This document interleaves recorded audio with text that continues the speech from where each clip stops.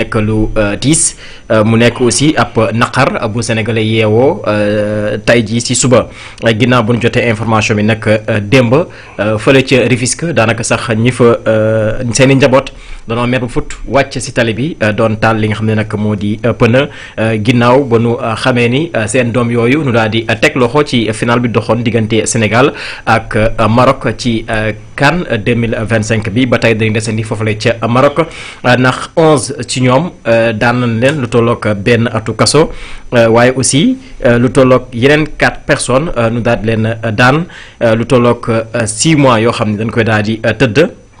3 ci ñoom aussi nu daal di leen daan mu nekk situation bu doy waar sénégalais yi naqarlu ko d'après aussi jéego yi nga xam ni nguur gi defoon na ko pour rek mbir mi du daal di agsi fii mu mel ni mbirub frère bu doon wax diggante Maroc ak Sénégal ñoom amuñu gis-gis boobu mais aussi ba tey ñoom it ñu ngi commencé wala ñu ngi continuer di méttitlu anam bi nu ñàkkee li nga xam ne nag moo di final bi alors yow it sa jàngat par rapport ak verdict bu daal di bàyyeekoo fële ca tribunal grande instance bu Rabat 18 sénégalais yu ñu fa tegoon loxo ñoom ñëpp dañuy desandi ci kaso bi ginnaaw ba nu fa defee ab weer laataa nu leen di àtte.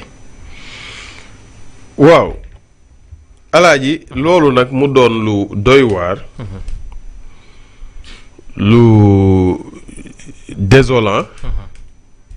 lu naqari. te lu ñu bëri tamit xaarul woon. parce que am na ay jéego yoo xam ne nit ñi def nañu ko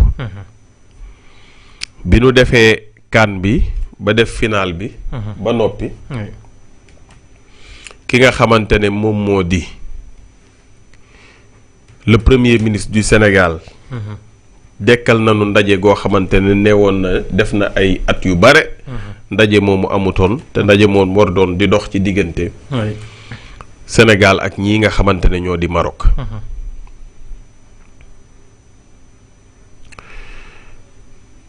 kon El Hadj Abdoulaye Sylla tàmbali gi Tahirou Sarr laay waxal. Tahirou Sarr waaw. honorable député. honorable député. fan yële paase. waxu fi woon ne Macky Sall mu ngi def ay jéego pour ñu libérer suñu supporters. oui bien sûr nee na dañ ko wax.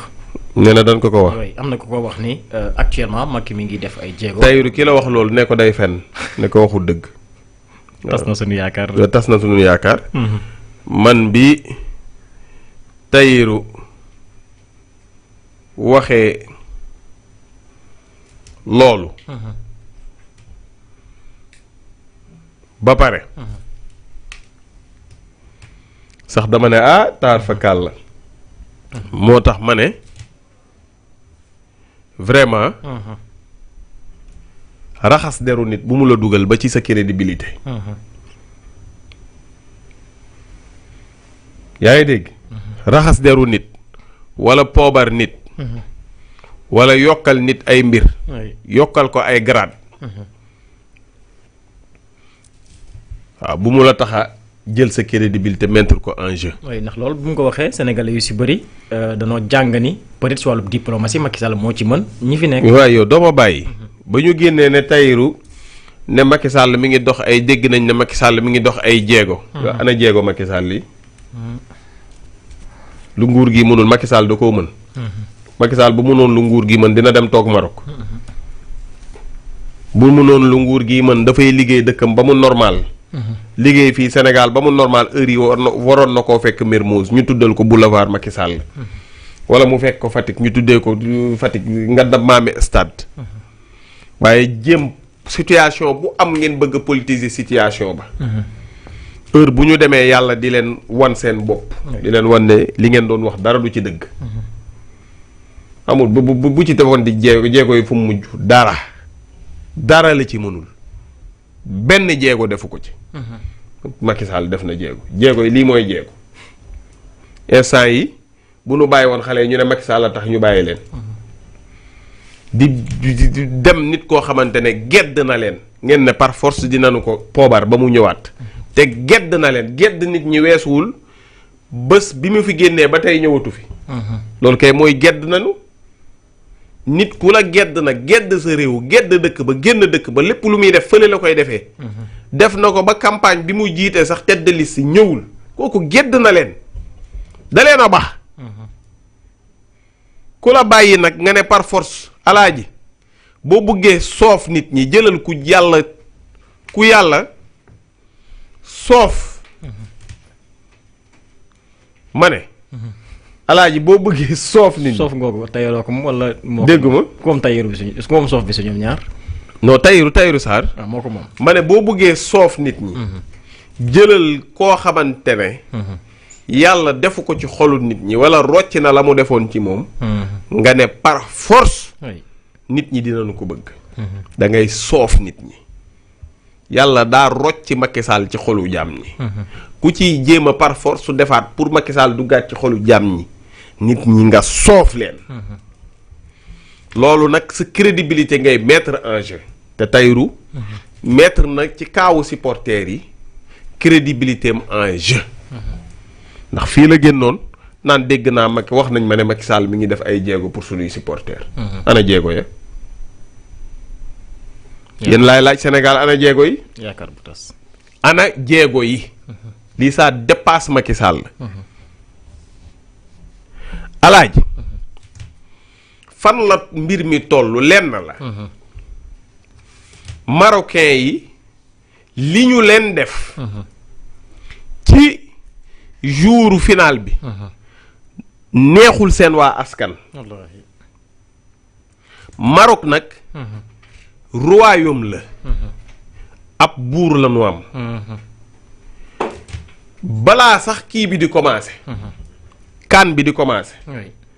da ngay dégg ne c'est des problèmes de pays yu jàmbur. sunu yoon newu ci. mais balaa kan bi di commencé da ngay dégg ne ñoom cour royale ba sax. am na quelque wax yu sew. yuñ fay dégg. dem na ci sax ba ci. prince bi mu ñëwee.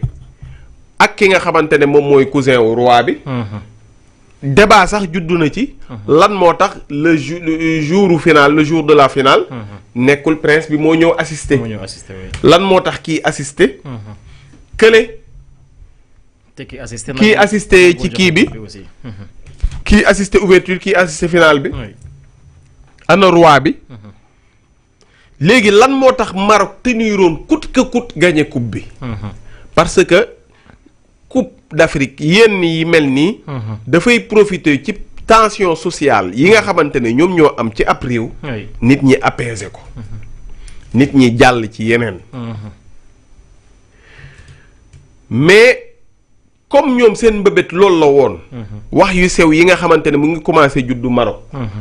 qu'on fasse tout notre possible. pour gagner lii nga xamante ne moom moo di coupe bi.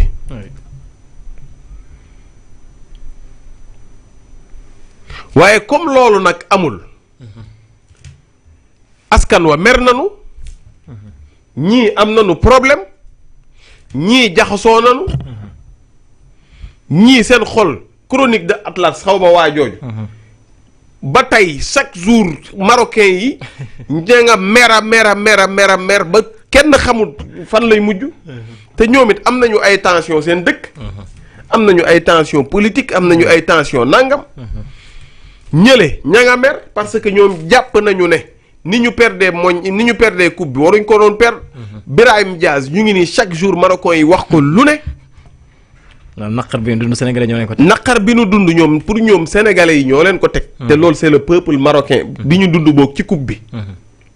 wala li tax ñu perdre final pour ñoom sénégalais yi dañ leen jaay doole.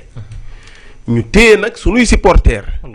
léegi situation boobu par rapport ak ñoom problème politique yi fa am.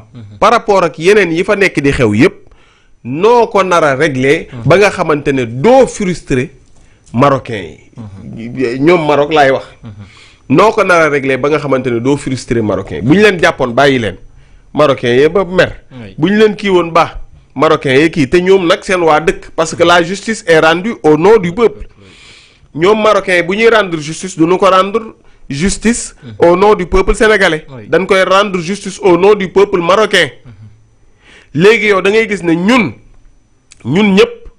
ñoo bëgg suñuy supporters ñëw waaye marocains yi. ñoom ñëpp ñoo bëgg ñu corriger ñooñu pour ñoom seen xol féex. parce que ñoom pour ñoom 18 yooyu bokk nañu ci li tax ñoom ñu ñàkk coupe bi. la justice nag est rendue au nom du peuple. moo tax yëfi doy waar. parce que ñoom li tax ñuy teg ñooñu suñuy supporters c'est vraiment pour. wan askan wi ne seen peuple ne. li ñu métti tamit li leen métti xam nañu ko.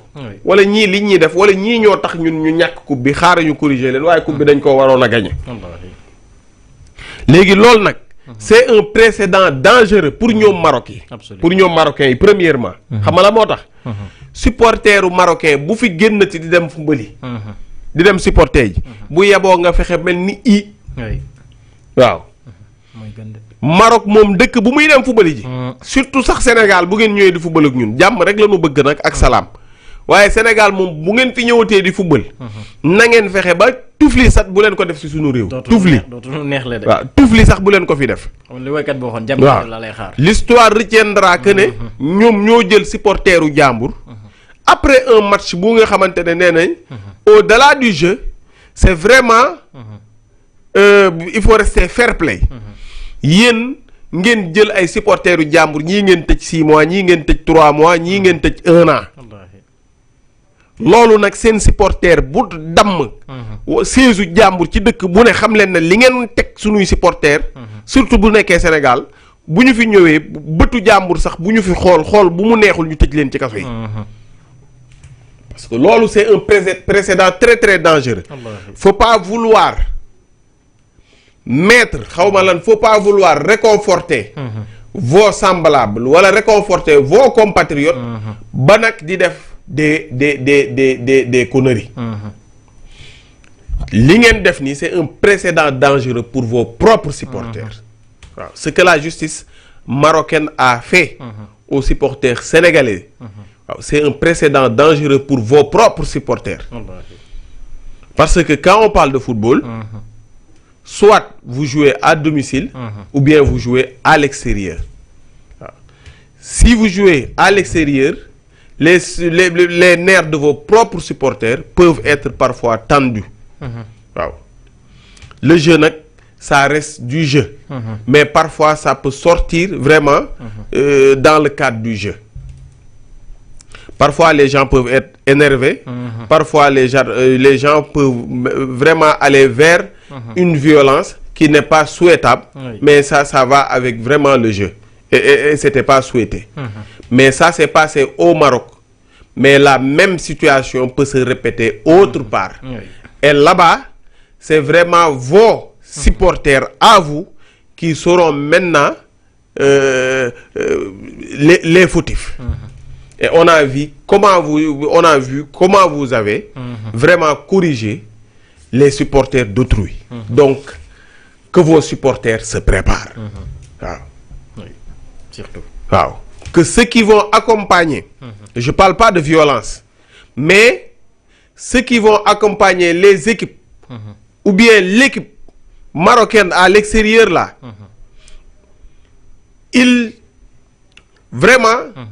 qu'ils restent corrects. Ils n'auront pas le choix. Parce que ça, c'est une jurisprudence dangereuse que vous venez vraiment de mettre sur place. C'est-à-dire, si nous, Marocains, on va jouer à l'extérieur et qu'on voit qu'il y a débordement là-bas, corriger nos supporters à nous et que la condamnation minimum soit à 3 mois, soit de 3 mois. Donc, c'est ce que vous venez vraiment d'enseigner à l'histoire et c'est ce que vous venez d'enseigner au monde.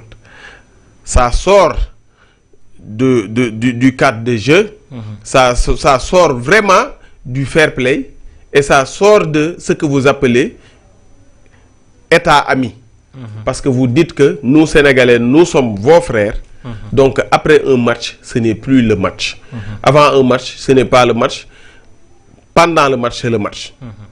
Pendant le match, il y a des couacs des couacs qui ont vraiment, c'était pas souhaitable. Mais ça s'est produit. Mais après le match, ce n'est plus le match. Mais on ne peut pas prendre des faits de jeu et vraiment essayer de régler ça dans des tribunaux. Et c'est ce que vous venez d'enseigner au monde entier. Le Sénégal en premier. Donc, si nous parlons de ça, alaaj foofu jeex na. Condamné nañ suñuy supporters. Léegi nag allons-y plus loin. Paraît-il ñun ak Maroc on a vraiment on a signé des choses yoo xamante ne convention convention d'entraide judiciaire donc que sunuy diplomate dem nag jëli ñooñee nga xamante ne ñoom lañ tëj foofu ñu ñëw fii ci Sénégal purger seen peine fii au moins sax ñu nekk ak seen i mbokk jege seen i mbokk seen i njaboot jox leen ñu lekk jox leen ñu naan ñu purger seen peine fii léegi loolu nag c'est un autre débat on va voir situation bi naka lay évoluer par rapport à ça mais li ci ëpp solo daal moom mooy gis nañu ne premier ministre def na ay jéego ñeneen ñëpp def nañu ay jéego pour def mais en diplomatie li ci gën a am solo nag ku ci nekk li ñuy wax les états n'ont pas des amis ils n'ont que des intérêts te intérêt wu état marocain bi lan la woon fu mu toll nii moom mooy corriger ñooñu ba nga xamante ne dina au moins jéem a seddal xolu supporter am ak seen askan ñoom te loolu la ñu jublu ci lii seddal xolu waa Maroc yi parce que waa Maroc yi jàpp nañ ne ñun sénégalais yi ñoo leen xañ coupe bi léegi bu ñu bàyyee ñooñ frustration boobu ñoom ñu bëgg a gérer foofu duñu ko gérer donc ils préfèrent ñoom daan suñuy supporters pour ñoom apaiser seen situation politique gu dëkk wala nangam loolu nag c'est une leçon qu'il donne à tout le monde et c'est une leçon sue waaw na ko peuple marocain bi yépp xam ça c'est une leçon sue et vous avez intérêt à rester correct vous avez intérêt à être correct si un jour vous allez vous jouer à l'extérieur waaw vous avez intérêt à être irréprochable waaw vous avez à être irréprochable parce que c'est une jurisprudence que vous venez de créer yéen a ko créé yéen ci seen bopp yéen a ko créé bu nu leen tegee yi daan yéen a créé loolu bu ngeen demee ci dëkku jàmbur yi moom Maroc dem dëkku jàmbur taar fa kàll souvenez-vous que ne defoon ngeen sénégalais yi lii oui loolu moom lu am solo alors Gaye dañuy ñëw ci wàllu politique naam démb ñu ngi ko doon waxtaanee Bassirou Kébé mi nu tekki